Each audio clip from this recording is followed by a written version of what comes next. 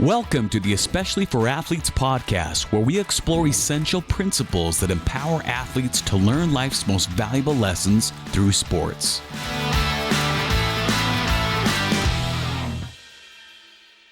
Hello, everybody. Welcome to the Sportlight Podcast. I'm Shad Martin. I'm here with Dustin. How's it going, Dustin? Good, Shad. Good to do this with you, man. Yeah, I'm excited for this one. We're doing a little format with some, not all of our podcasts, but with some of them, we're just leaning in a little bit more to something that was taught by one of our guests that in the moment of a conversation, it's just hard to say, let's settle there for a half an hour. You know, Yeah. I feel like there's a few clips that are so deep that we could mine a lot out of them. And this is one of those. So you'll remember we did an interview with Jeff Griffin, Paralympian, former BYU football player who between seasons was up on a ladder and painting a barn to earn a little extra money, and the scaffolding fell, the ladder fell, and he'll tell the story a little bit here in this clip, but Jeff was left paralyzed from the waist down. And he shared a concept that I think is really applicable right now. So when people listen to this, right, you know, we're right at that time where in the next couple of weeks, kids are going to graduate and start summer, and some kids are completing their athletic career.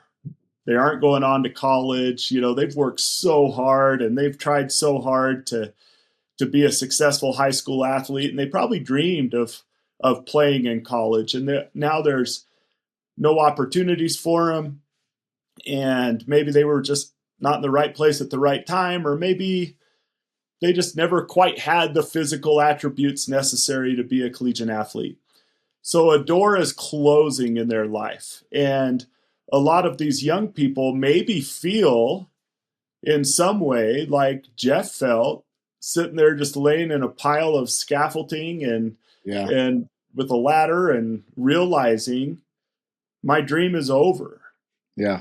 And Jeff teaches something here that I think is just so powerful. So I want to listen to it with you and then ask you a few questions about it and talk about this concept of when we realize that a door is closing, a dream is over, what does resiliency look like?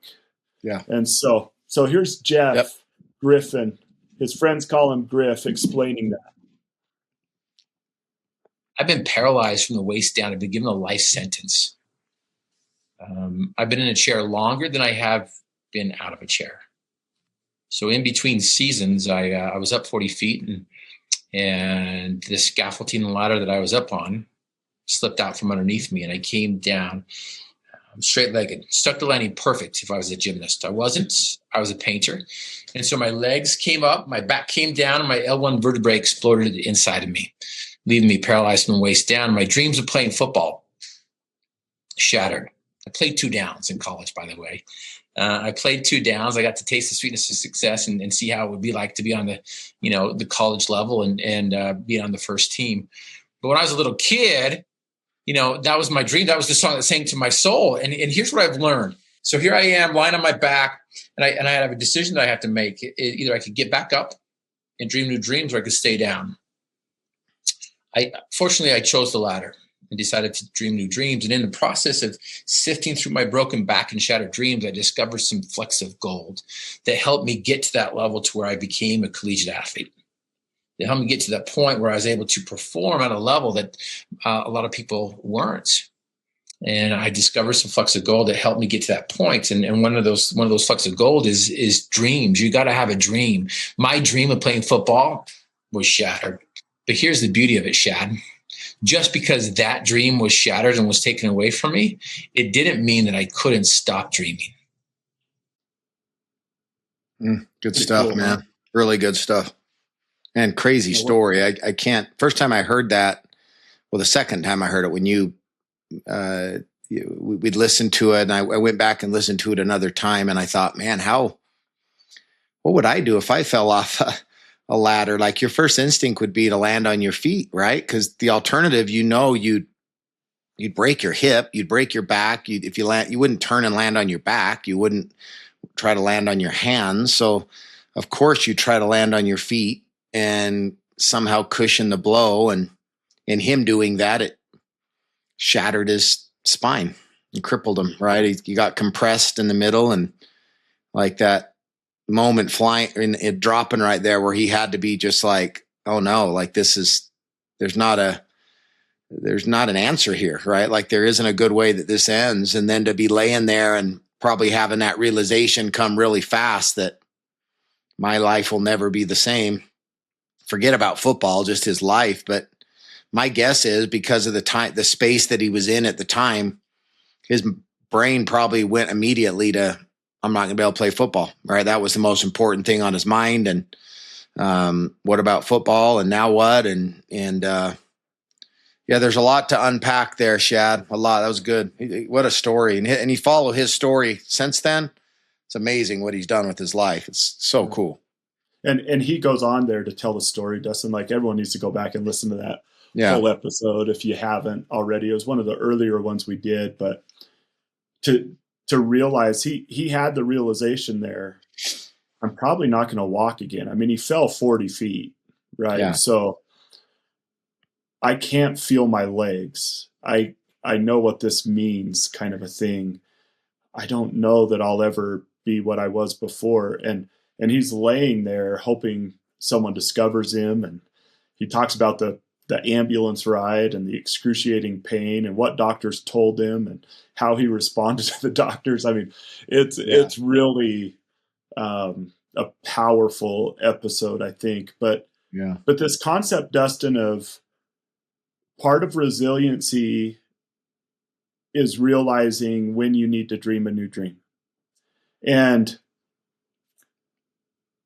sometimes we get so much into telling people, don't quit, don't you quit, you know, that it's like, what would you do? Like Jeff laying down there on the ground, like lean over him, like, you're still going to play football, Jeff, you know, like you're not going to, there's obviously a time for all of us. There's a reason why you and I still aren't playing baseball. Yeah. Right. So there's a time when that door closes. What are your thoughts about that concept of learning to dream a new dream? Well, I think the word quit, we're programmed that that's a bad word, right? That you never quit. Don't quit. You're a quitter. Like that's all has a negative connotation to it. But so, you know, what the word quit, I'm sure there's another synonym that sounds softer than quit that means the same thing, but you know, because we do need to move on from things. And does that mean we're a quitter because we left, you know, something else we were doing before we were super successful at that thing? We moved on from it. Is that because we gave up on it? We didn't give it enough time. We weren't patient enough. We didn't want to put in the extra work that it was going to take to get there. Therefore, we're a quitter. Or was it that the door was closed on this? I wasn't going anywhere down this road and I needed to, you know, change directions. I think that there's a line there. I'm not sure how to define that. I told you before we hopped on here that I wanted to kind of get your thoughts on that because I have a hard time with that. I hate the word quit. I hate quitting, but I can think of, I just stepped down from being a coach and the first thing I thought was I just quit. I just quit on it because it's been tough and it's taken time and it's, you know, we got so close a couple years ago to doing something that hadn't been done in over 100 years and didn't get it. Did I quit? Did I just give up because it's so difficult?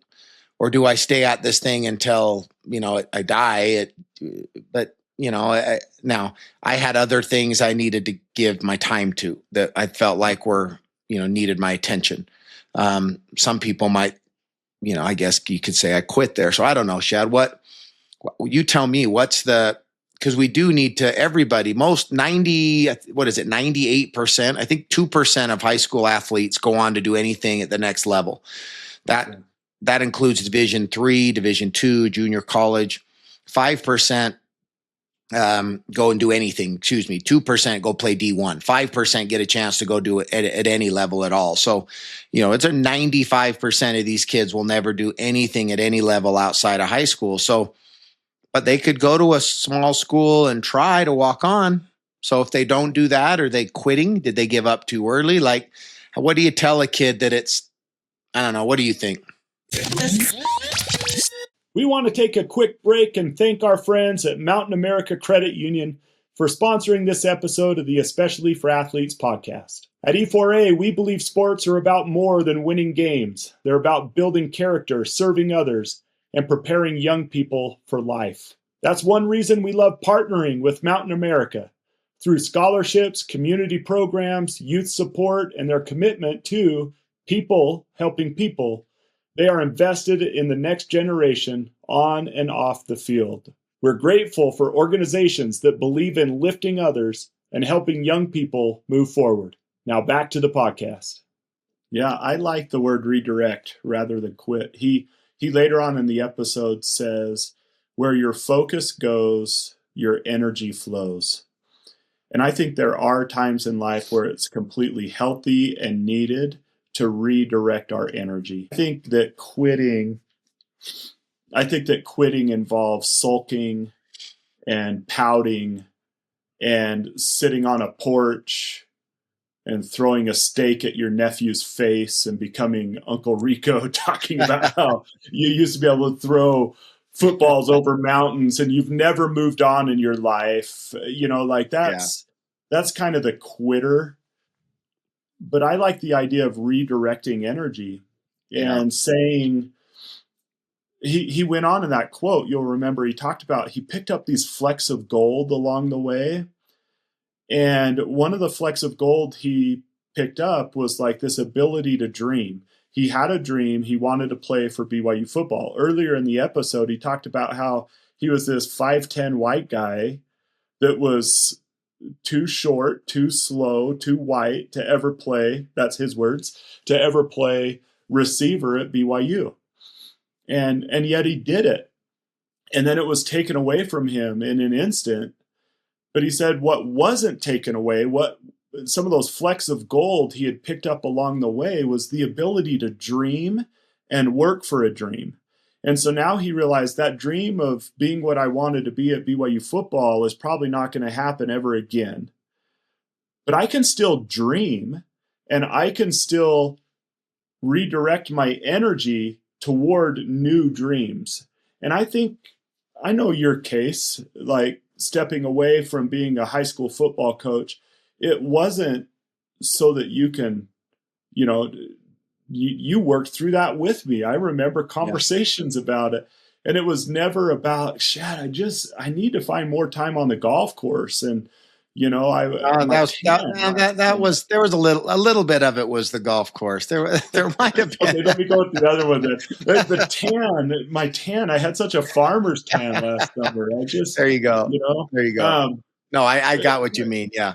But it's like they're with children and with seasons of life and with other things that are very important to you. There comes a moment where we're juggling too many balls, and we have to decide at this moment, what's the best place for me to put my energy?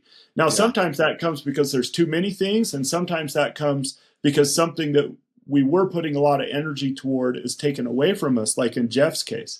Yeah. But either case, I think part of resilience is finding a new dream and putting energy very intentionally toward that dream. Yeah. And you mentioned, Jeff went on and has gone on. Now that guy travels the world. Yeah. And speaks at large events and has formed this foundation, Griffin Motivation. And I've been with him when he's spoken, it's pretty powerful. He said he talks for a half an hour or so about, they told me I'd never walk again, and I've been confined to this wheelchair. And he ends his presentation by getting up and walking to a microphone and giving the last words that he says to him, that don't let anyone tell you that something's impossible. He said this is getting on a tangent here, but I love it. He quoted Muhammad Ali. He said, impossible is just a small word impossible is just a big word thrown around by small men who would rather live in the world that they've been given than to put their energy toward the world they want to create. Yeah. Something like that. He just has, so I just feel like so many young people right now, don't stop dreaming. Yeah. Like you've had a dream. It might be dying with high school. Fine. It's over. Like someone shut that door. Great. But don't stop dreaming. What's your next dream? What do you want to become? What do you want to do? I think that power to create a new dream and continue to put as much energy and focus towards something new as you did toward your high school or college sport or pro sport for that matter is really important. And it's part of being resilient as an athlete. I like that, Shad. I think that there are certain goals and certain dreams that they have shelf lives to them, and some are shorter than others, right? Some are there until the day we die. We have goals that every day we're trying to become better at being a person, a human, a friend, a brother, a husband, a wife, whatever, right? And that's an everyday goal, and we should have that. That shelf life is forever. But there's other goals that, it's that chapter of that book. I've read all the words on, in it. It's over. It's time to turn it and start a new chapter. And that shelf life, it's up, right? That and certain goals, you have a time limit on them. Just like I said, there's a shelf life to it. You got to get after it now because it's not going to be there forever. You're only going to have a certain amount of, hours or years to play sports. And then whether you want to keep doing it or not, you're going to be too old, right? If you're a high school senior right now, this week where we live, it's the last week of high school. So that shelf life is up, right? Like if you wanted to be a high school, basketball player, well, that ended a couple months ago, right? So you can't redo that now. But the lessons you learned from that experience, from being whatever you were and whatever you did get out of it, what's the new dream going to be? And I think that's the key. What you said is redirecting the energy to something productive, and quitting to me takes on the connotation. It's a negative. It's the mood or the attitude in which you stop doing that thing. That to me defines whether or not you moved on to something else or you quit. Right? To me, it's kind of the mood and the energy and the way in which you redirected, I guess, your time. And I think that makes sense. I think we know what that means, right? You do it with is it's a big factor in whether you're a quitter or what. Yeah. If you're just like, this is hard and I'm done. I'm not saying there's never a time for that, but it's just the attitude with which you do. If it's a pouty, I'm done. Yeah.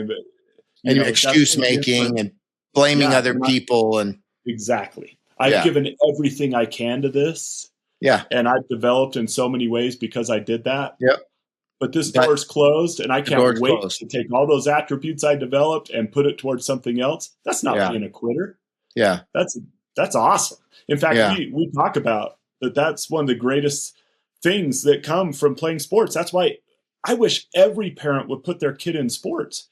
Even if they're a kid that's number 11 on the bench that's getting into right field for 2 innings and 1 at bat because that's the minimum they have to play, but they go to practice every single day. That kid is learning something that maybe even the star of the team is not. Yep. The lessons of sport are not reserved for those who are really good at them. And so there's going to be a time where that door closes. For some, it already closed, right? They had dreams of playing high school basketball, and then they didn't make the team. And so now they were on the outside looking in as a sophomore. Well, what do you do now? You redirect it. Yeah. Remember that Ammon Montenegro that we had on? Yeah. Really battled for his life. I don't know if you know that. Got a staph infection shortly after he filmed that episode with us. Oh, no. And he came out on the back end of that, and he's doing better now. But it was bad. But he went to Snow College. He was a really good high school football player. Went to Snow College, and it didn't work out for him. Like, it just wasn't working out. But some girls in high school had convinced him to be on the cheer team because they needed someone to lift them in the air, and you need muscle to do that, right? And so he went and helped them with the competition, and he thought, well, football didn't work out. having a hard time paying for school and everything else. I think I'm going to go try cheer. So he didn't quit football.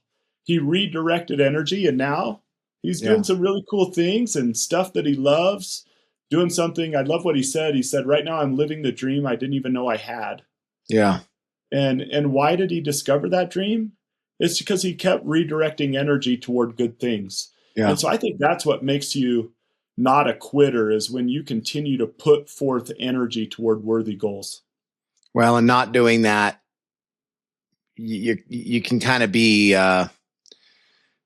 stubbornly stupid, I think. Like if you're so stubborn that you're never, I'm going to keep the, okay, you're kind of stupid. Like you got to know when it's time. Right. And I think the smart people know when it's time to get off the sinking ship and get onto another one. And, and they see that and they realize that, you know what, I'm not going anywhere with this. This isn't happening. I hoped it would. I gave it all I had. It's not, but I'm not going to keep beating my head against the door. That's not quitting, right? That's being smart and moving on to something else. And so, yeah, I think that there's a fine line there. I think in our hearts, people know if they're quitting from just this is getting, a negative. I don't want to put in the time. I don't want to do the work. And you know what? It's just time to make a change. I've run my course, and this is as good as I think it's going to get. And if your mind's not there and your heart's not there, then it's time to redirect your energy, and I think that's a wise, if you want to call that quitting, so be it. But I still think it's smart, and we all do it. We all make pivots and course corrections in our lives. And that doesn't mean we're quitting on things. It means we're coming to the realization that it's time to start a new chapter. And if that chapter is one that's good and brings goodness to you and to the world, then hey, good, right? Good. If the other one was wearing you down and not bringing goodness to the world, then yeah, it's probably good you got out of it. And I think of this with Jeff Griffin. I mean, he describes himself as a pretty average football player at BYU. Who knows? Maybe he would have gone on and become a great receiver there. But it seems like he's done even greater things than maybe he would have had he not fallen off that ladder. Yeah. And so sometimes doors closing can open doors if we continue to put our energy toward things that really are better for us. And I just feel that. So right now, these high school kids that are closing this chapter, my advice would be find something that you're passionate about. You don't need to be passionate about it forever.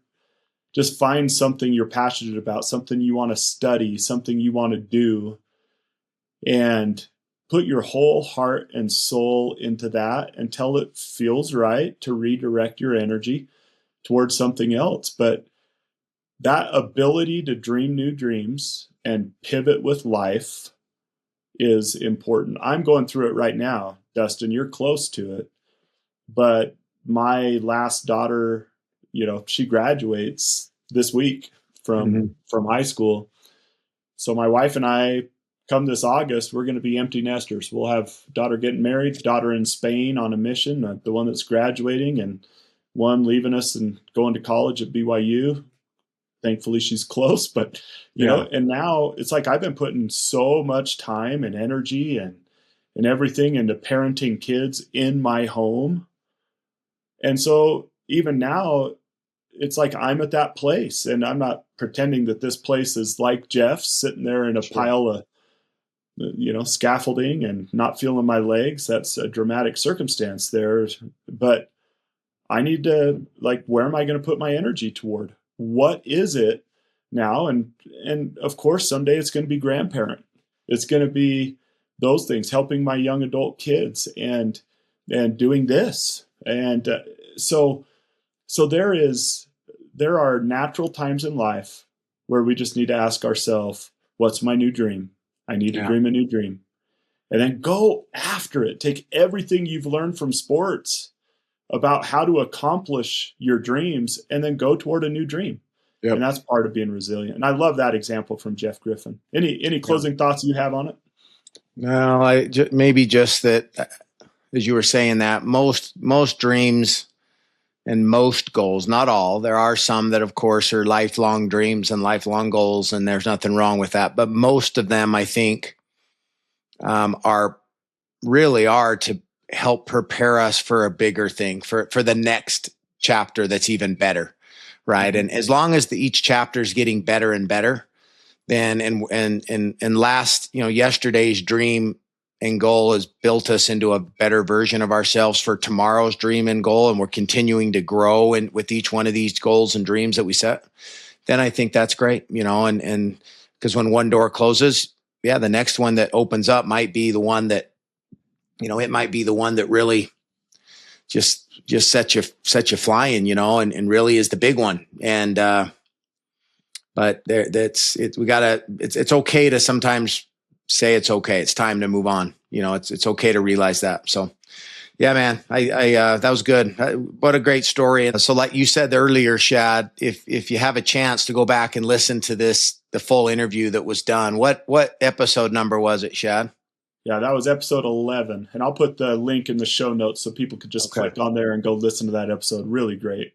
So one of the early podcasts that we did, but one of the very best. And that, again, that's one of those that reusing the content from that episode here 2 years later is, more than, we could talk about that episode and other pieces from it, over and over again. There was so much good that came from it. So yeah, if you want to listen to a great episode, or you're new to our this podcast, go check out this episode 11. It was a great one.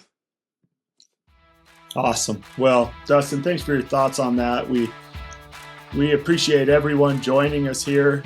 We wish the best of luck to all of those who are going on to new things that are now in summer, and for those athletes that are in summer right now, get after it.